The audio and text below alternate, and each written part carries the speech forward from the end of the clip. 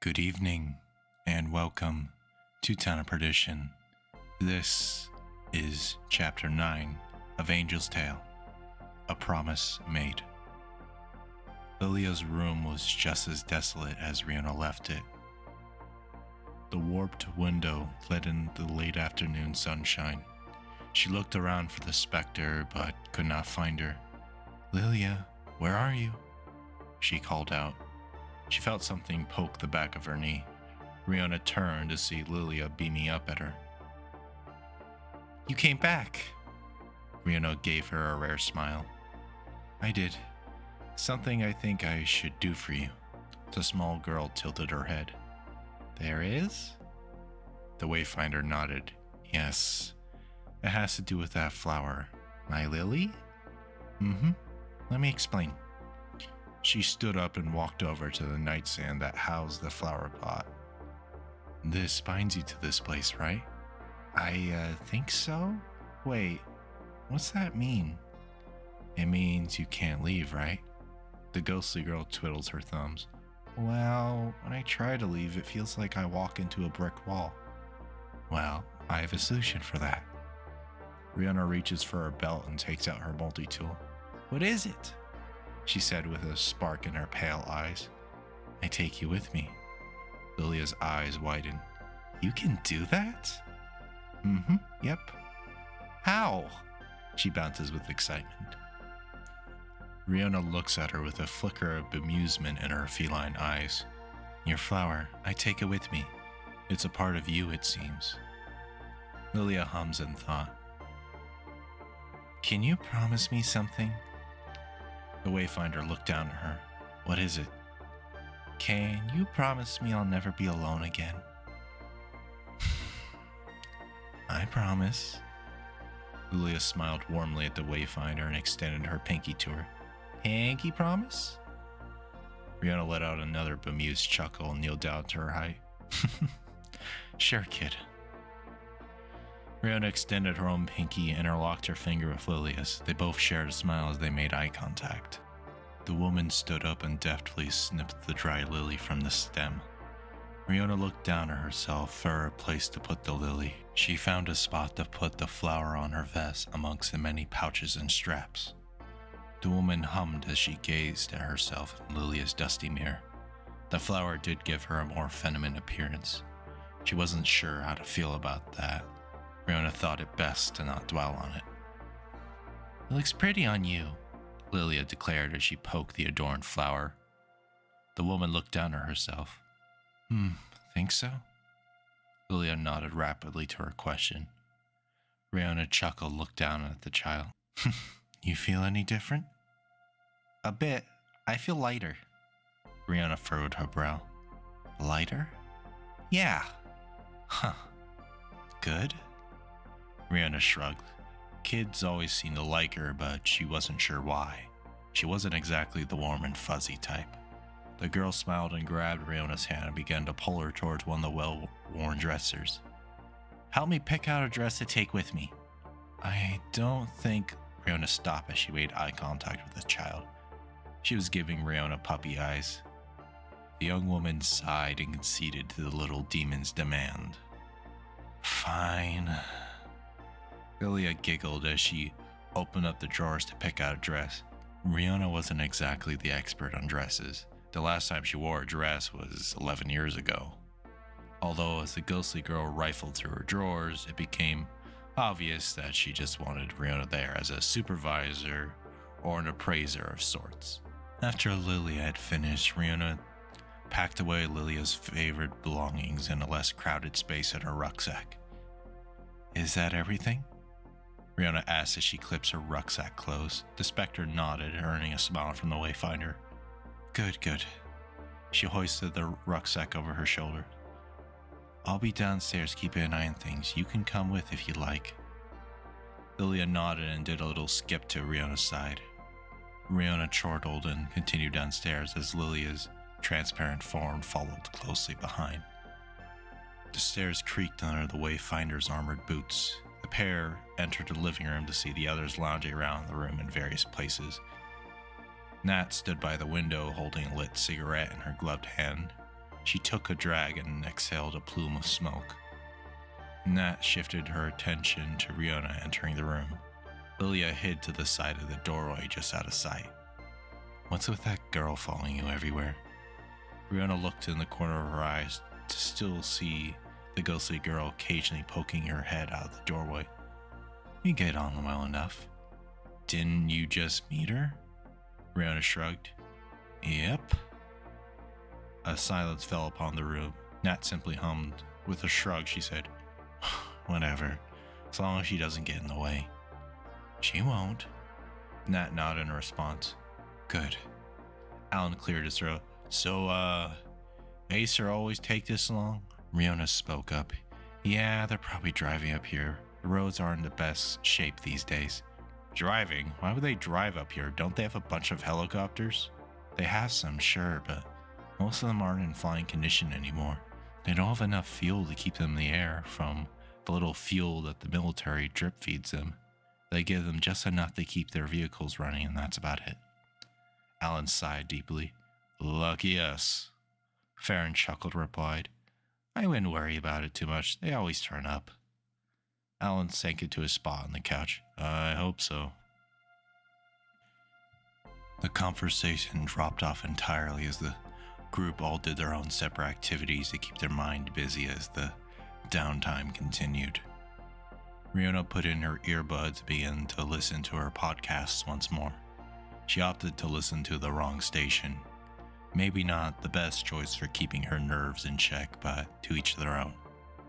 As she listened to the narrator's melodic voice, she found herself relaxing for once, despite essentially being sitting ducks until Acer got here.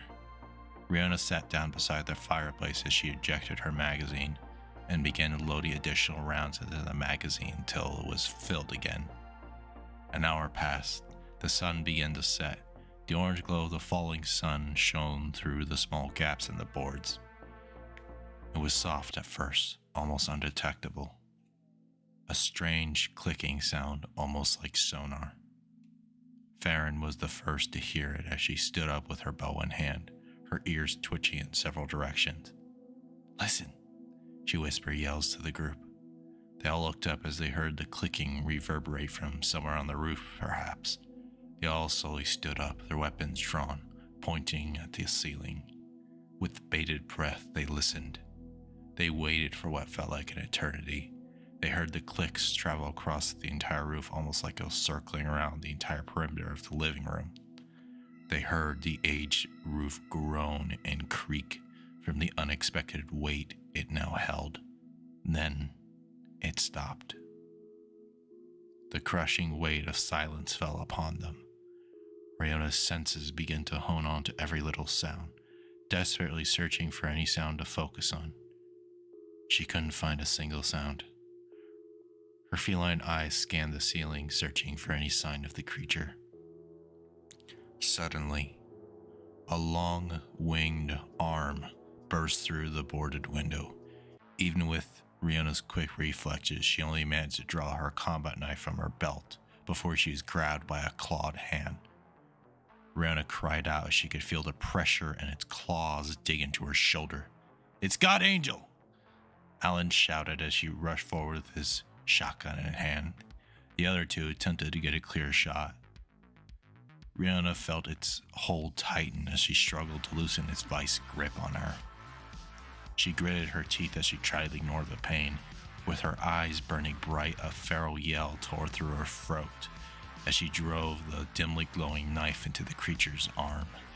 An ungodly screech pierced the air as Riona felt the Nightwing yank her through the partially destroyed window. She grunted as she fell into the grassy ground, landing on her stomach. Riona gasped as she felt the wind knocked out of her from the ordeal. She looked up to see the Nightwing's shadowy form standing over her. It raised one of its bladed arms to strike her down. Riona's eyes widened as she reached for her holster for her sidearm. The Wayfinder drew her .45 and fired 2 rounds into its center mass. It grunted in discomfort as the creature proceeded to slash her across the face, knocking off her helmet in the process. Riona grunted and fired another round that struck it in the eye. It thrashed about as Riona started to crawl away from it. She looked behind to see it charging at her once again. Once again, she raised her pistol, ready to take what final shots she may have left. But then, a flurry of hazardite rounds flew towards the Nightwing, striking a few times in non-vital areas. It howled in frustration and darted to the side of the house at lightning speed. Riona turned to see Nat with her submachine gun firing at the creature from the window. As it disappeared around the side, she bounded out the window to Riona's side. She took a firing stance beside the Wayfinder. "Get up, Angel. It's still close." Riona didn't hesitate as she got to her feet. Riona cursed at herself when she remembered her rifle was inside. As she gazed at the window, she saw Farron jump out the broken window with Riona's rifle in hand. "Looking for this?" She handed the rifle to Riona, who gladly accepted her weapon. Alan Sue followed out the window to join the others.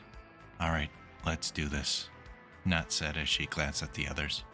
Nat's radio crackled to life. A man's voice came through on the radio channel. "Come in, Jacob. This is the response team. We're closing in on you. We'll be there in a few minutes. Over." "Copy that. We're being engaged by a Class 2. Proceed with caution." "Understood." The radio once again went silent. Nat turned to the group and said in a hushed voice, "Angel, you're on point. Prep a bang for that corner." "Got it," Riona said as she bent down to retrieve her helmet and put it back on. With Riona taking point, the fire team stacked up against the house. Riona let her rifle hang from its sling across her chest. She grabbed a flashbang and pulled out the pin. She waited for Nat's command. "Bang ready. Toss it." "Bang free." Riona deftly threw the flashbang around the corner. Within 4 seconds, the flashbang went off. Riona saw a flash of white in the corner of her eye as she heard the familiar whine of the bang go off. The fire team heard the sound of glass breaking from the sheer force of the flashbang detonating. They all heard the screeches of pain as the creature was blinded and deafened. Riona was first to turn the corner with her rifle at the ready. She rushed forward to see the Nightwing hobbling around, dazed and confused. Riona aimed down sights and squeezed off 3 rounds into the Nightwing. It screeched and attempted to climb the roof. The others rounded the corner, standing to Riona's side. They all began to lay down fire upon the mutant as well. "How the fuck is it still alive?" Riona shouted as she fired 2 more rounds into it. The mutated bat climbed up on the roof using its sonar to find its way around. From down the road, the familiar sound of a heavy-duty vehicle engine could be heard speeding along. The Wayfinders stopped firing for a few moments, and even the Nightwing fell silent as they all listened for a moment. The sound of a car engine was rare to hear in the hazard zone. Speeding down the ruined road was a tan-colored Bearcat APC G3, its light bars flashing blue and red. The Nightwing bared its ferocious teeth as a new challenger appeared before it. On the side of the APC was written in bold letters, Acer Response and Rescue Team. The fire team of Wayfinders stepped back from the Nightwing as the back doors of the APC opened. A squad of Acer soldiers armed to the teeth poured out and formed a wedge formation. The air around them was still as they aimed their rifles at the creature. Rena looked at the response team, astonished they even got here in one piece with how bad the roads were. "They're here." And that was Chapter 9 of Angel's Tale. I hope you enjoyed that one. And as usual, I hope you will be listening. And there will be more to come soon. Good night, listeners. Good night.